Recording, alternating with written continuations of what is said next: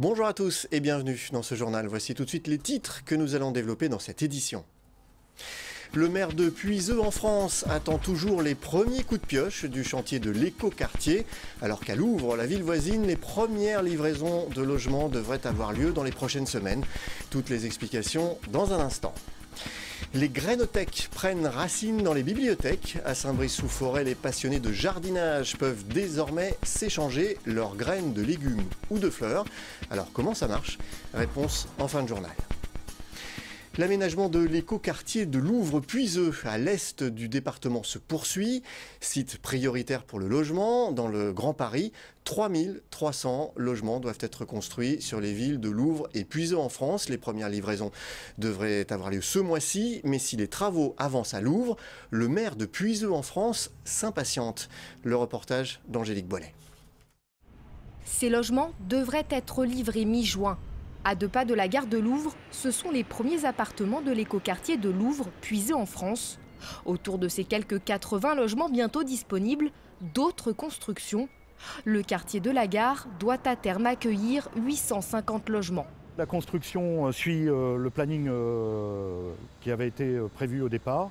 C'est-à-dire qu'on est là sur la livraison des premiers logements, puis une livraison qui va se faire au fil de l'eau. On n'a pas de retard très important par rapport à l'échéancier qu'on s'était fixé au démarrage du projet. Les prochaines livraisons auront lieu à l'automne prochain. La suite en 2018 avec notamment la livraison, toujours sur le quartier de la gare, d'un groupe scolaire et d'une crèche. Avec 2900 nouveaux logements au total construits d'ici 2028, la ville va pratiquement doubler sa population. Des constructions qui concernent également la commune voisine. Mais si à Louvre l'écoquartier avance, le maire de Puiseux en France, lui, attend toujours de voir les premiers coups de pioche. Je suis non seulement amer, mais en colère. Car depuis maintenant quelques années que cet écoquartier est lancé, 2014 devait avoir lieu les premiers logements, de commencer en travaux. 2015, 2016 sont passés, 2017 est là, et nous n'avons toujours pas de logements qui se concrétisent. 440 logements doivent sortir de terre sur 2 sites à la périphérie de la ville. De son côté, Grand Paris Aménagement, pilote de l'opération, se veut rassurant. L'aménageur assure que dans son ensemble, l'écoquartier progresse et n'a pas de retard.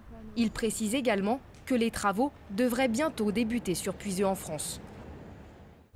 En bref, fréquentation maximale pour l'île de loisirs de Cergy-Pontoise pour ce long week-end de l'Ascension. Jeudi, 30 000 visiteurs ont pu profiter des installations de l'île et samedi, 25 000 personnes ont pu se baigner puisque la plage rouvrait ce week-end avec une semaine d'avance. Une ouverture précoce rendue possible par les températures estivales de ce week-end prolongé. Un nouveau concept a germé à la bibliothèque de Saint-Brice-sous-Forêt, une grainothèque. Ce lieu unique a été conçu pour s'échanger des graines de légumes ou de fleurs, idéal pour les passionnés de jardinage. Alors comment marche ce troc un peu particulier? Réponse dans ce reportage de Justine Lopez et Massicilia Aboudou. Silence, ça pousse dans la bibliothèque de Saint-Brice-sous-Forêt. Entre tous ces livres, un petit espace libre est destiné au troc de graines. C'est la grainothèque avec ses semences 100% bio. Ce que les grainothèques servent ont ce but, c'est de s'échanger les graines, de partager afin de sauvegarder une plus grande biodiversité dans les jardins, ce qui permet de sauvegarder un maximum l'environnement. L'inauguration du 27 avril a conquis beaucoup de Saint-Briciens, qu'ils soient utilisateurs de la bibliothèque ou non. Mais la grainothèque espère attirer encore plus de monde grâce à ses diverses animations. Ça peut être par rapport au compostage, au semis, de je sème une petite graine, qu'est-ce que ça donne. De customiser aussi des pots. Nous avons l'intention aussi de faire venir des professionnels du jardinage, soit des membres d'associations ou de magasins, ça existe.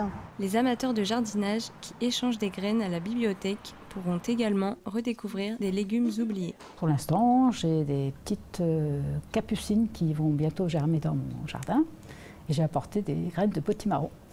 Si vous n'avez pas la main verte, aucun souci, puisque des ouvrages sur la plantation sont à votre disposition à la bibliothèque. De plus, la grainothèque se met à l'ère du numérique Elle possède une application regroupant plusieurs sites sur le jardinage. Voilà, ce journal est terminé. Je vous en rappelle le principal titre. Le maire de Puiseux, en France, attend toujours les premiers coups de pioche du chantier de l'écoquartier. Alors qu'à Louvre, la ville voisine, les premières livraisons de logements devraient avoir lieu dans les prochaines semaines. L'aménageur promet que les travaux devraient bientôt débuter. Merci d'avoir suivi ce journal. L'actualité continue sur notre site internet veonews.fr. À demain.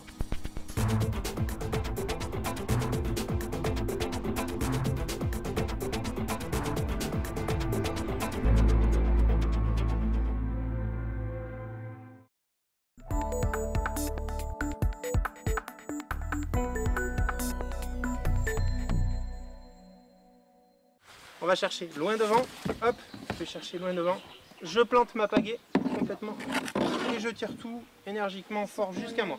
Dernier conseil avant de prendre l'eau, ces scouts s'apprêtent à descendre l'Epte à canoë. Cette rivière, affluent de la Seine, marque la limite entre la Normandie et l'Île-de-France. Vous commencez juste à tourner ou on s'attend juste un peu plus bas.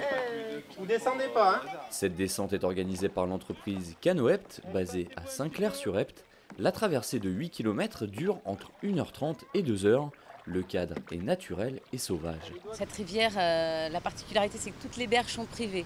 Donc il y a beaucoup de champs, beaucoup de jardins, donc c'est très calme.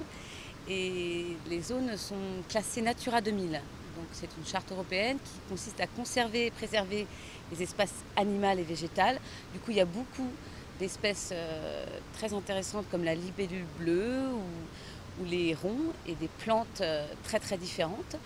Donc ce calme et cette richesse de surprise sur cette rivière, donc petite, étroite, mais il y a des petits virages bien rapides, des petites chutes qui ressembleraient à l'Ardèche. Donc c'est un moment soit 1h30, soit 2h, soit les deux parcours sur la journée. À coups de pagaie, les paysages défilent. La balade est plutôt calme, mais attention aux petits pièges. Freinez un peu le bateau, freinez le bateau.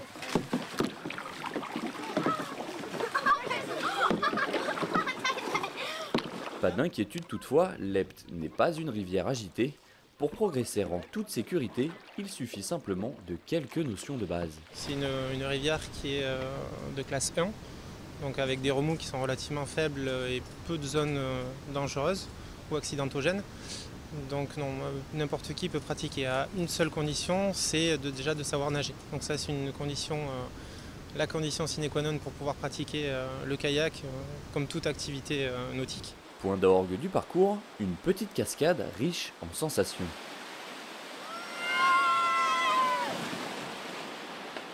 La balade est accessible dès 7 ans accompagnée d'un adulte. Un deuxième parcours plus complexe et plus long est également proposé pour les plus aguerris. Canoepte est ouvert toute l'année, un bon moyen de découvrir la nature entre Val d'Oise et Normandie.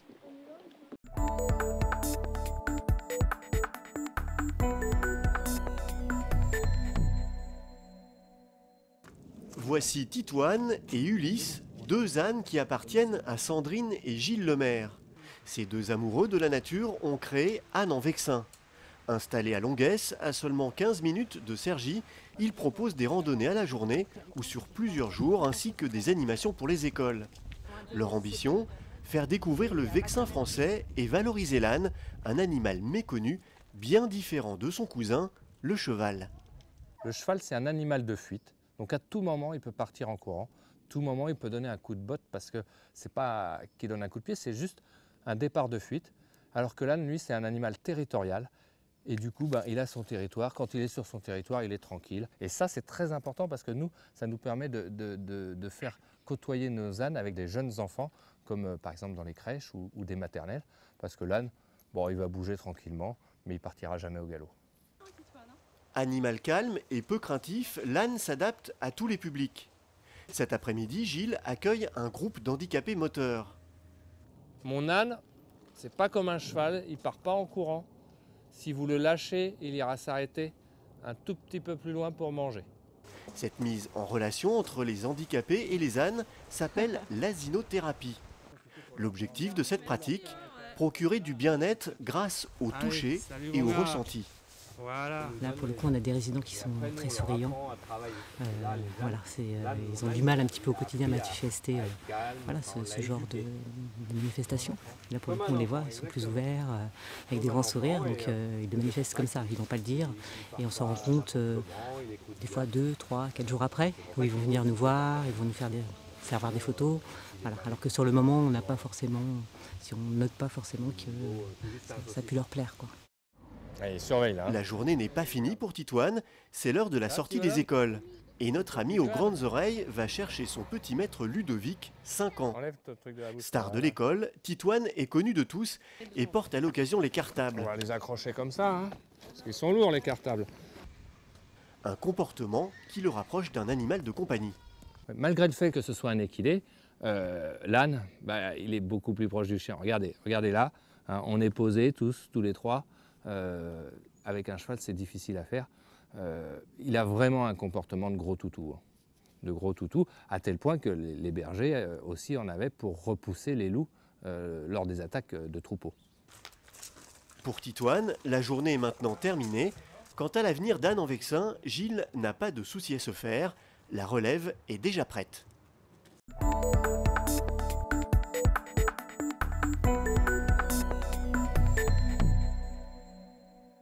Ce matin, la famille Sargeret ne met pas en bouteille sa bière, mais l'une de ses nouvelles boissons, le Vexin Cola. 6 mois ont été nécessaires pour élaborer la bonne recette. Comment le différencier des autres, c'est qu'il est très doux déjà, il n'y a pas de caféine dedans, il est un tout petit peu moins sucré, peut-être un tout petit peu moins gazeux. Et puis peut-être un petit peu plus digeste. Il n'y a pas ce petit goût chimique que l'on ressent dans d'autres produits. L'atout du Vexin Cola, une fabrication artisanale comme pour la bière, avec des produits presque 100% naturels. Commercialisé depuis 15 jours, le premier stock de 1000 bouteilles a déjà été écoulé. Avec le Vexin Cola, les Sargerets ont aussi lancé la limonade du Vexin. Et là encore, les demi-litres ont presque été épuisés. On retrouve les goûts qu'on avait quand on était enfant, ce petit goût de citron, ce petit goût de sucre. Et puis on est dans une région betteravière, donc le sucre, c'est du vrai sucre. Il n'y a pas de sucre trafiqué, il n'y a pas d'aspartame, il n'y a pas de tous ces produits-là. Cette activité complémentaire va permettre à la famille Sargeret d'élargir sa clientèle. Les 2 boissons gazeuses sont commercialisées dans les mêmes points de vente que la bière, épicerie et petits supermarchés. Elles sont aussi vendues directement à la ferme au prix de 2,80 € les 75 centilitres.